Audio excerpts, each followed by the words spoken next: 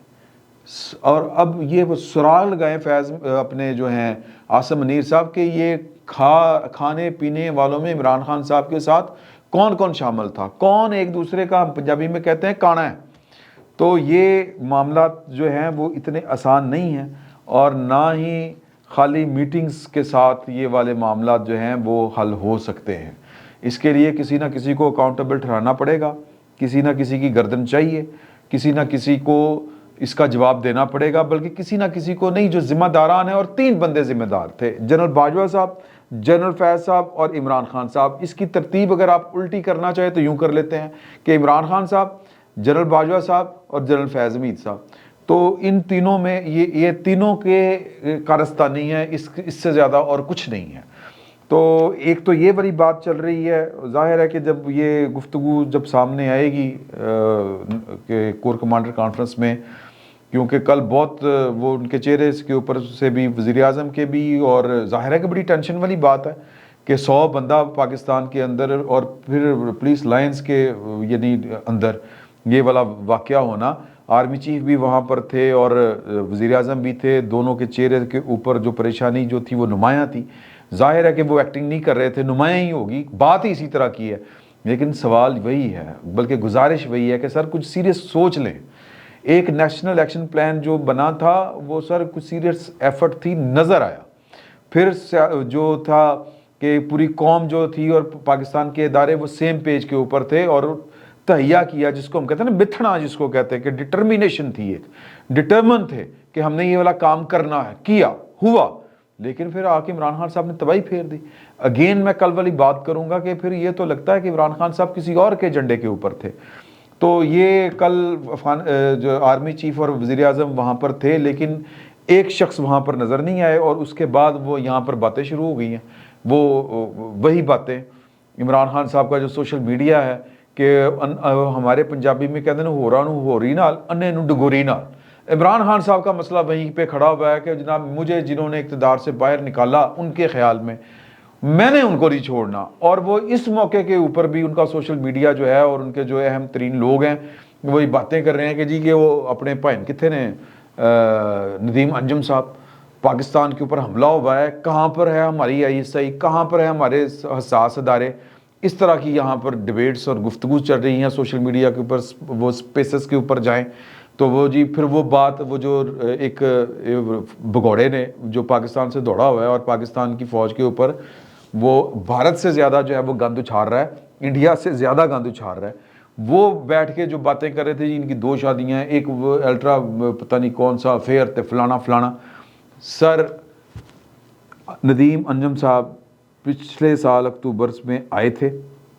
اور آنے کے بعد ان کا جو پہلا آرڈر تھا کہ یار کہ میری تصویریں نہیں آنی چاہیے، وہ ایک علیحدہ بدقسمتی ہے کہ عمران خان صاحب نے پاکستان کے ریاستی اداروں کو اتنا مجبور کیا کہ ان کو وہ جو کیمرے سے بچتے تھے یا بچتے ہیں کہ ایک تصویر انہوں نے پرپزلی جاری ہوئی تھی ان کی، اور وہ تھی جو ISI کے ایک آفیسر کو، ڈائریکٹر کو دہشت گردوں نے نشانہ بنایا تھا، تو وہ اس کے بچے کو اس کے جنازے میں بھی گئے، وردی میں گئے۔ عموماً جو DG ISI ہوتا ہے وہ وردی میں نہیں ہوتا، وردی میں جانے کا مطلب تھا کہ اس تصویر کو اتروانے کا، پبلک کرنے کا مطلب تھا کہ ہم آپ کو نہیں چھوڑیں گے۔ تو وہ ایک میسج تھا، وہ میسج پھر جن کے خلاف تھا ان کو پھر وہ بھگتنا بھی پڑا۔ وہ جس نے وہ شہید کیے 2 ہمارے آفیسر، ان کو پھر اب وہ اپنے انجام کو پہنچے۔ تو وہ ایک تصویر تھی، اور دوسری تصویر جو تھی یا کہہ لیں کہ ان کو پریس کانفرنس کرنی پڑی تھی، اور وہ بھی کہ عمران خان صاحب نے ارشد شریف کے معاملے کو اتنی ہائپ دے دی تھی اور کمپین چلا دی تھی کہ یہ جناب پاکستان کے ادارے اس قتل کے پیچھے ہیں۔ تو انہوں نے بہرحال میں یہ ہمارا موضوع نہیں ہے والا کہ ارشد شریف صاحب کا قاتل کون تھا، تو اس میں وہ جب اس پر پھر کبھی بات ہونی چاہیے، ضرور کریں گے کہ ارشد شریف کے قتل کے پیچھے کون تھا، کیونکہ ہمارے جو ادارے ہیں انہوں نے کہا تھا کہ جی کہ آپ نے تحقیقات کروانی ہے تو یونائٹڈ نیشن سے کروا لیں یا کسی سے بھی کروا لیں، تو ہمیں کوئی اعتراض نہیں ہے، بلکہ ہم بتاتے ہیں کہ ان خطوط کے اوپر بھی تفتیش کرنی چاہیے کہ ارشد شریف کو یہاں پر کس نے ڈرایا،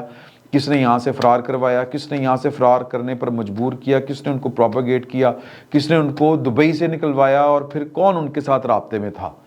وہاں پر بھی. تو یہ ایک علیحدہ سے بحث ہے, اس پر پھر کبھی بات کریں گے.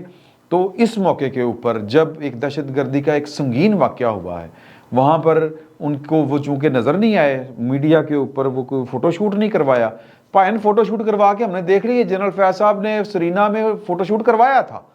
اور اس کا آؤٹ کم کیا ہے کہ ہمارے پھر بچے مر رہے ہیں, پھر ہم جو ہیں وہ دہشت گردی کا نشانہ بن رہے ہیں,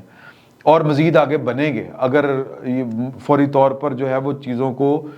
مطلب نپٹا نہ گیا. میں اور کچھ اس پر زیادہ بات نہیں کرنا چاہتا. تو سر وہ نہیں سامنے آئیں گے, میرا یہ خیال ہے. ان کا پڑھا لکھا سوچا سمجھا فیصلہ ہے. تو یہ نیگیٹو جو پروپیگنڈا عمران خان صاحب کر رہے ہیں, یہ ان کو نہیں کرنا چاہیے, ان کو زیب نہیں دیتا. باقی اب یہ مرضی ہے پاکستان کی سیکیورٹی اسٹیبلشمنٹ, پاکستان کی حکومت, اور وہ حکومت جو عمران خان صاحب سے جس کی ٹانگیں ابھی کانپتی رہتی ہیں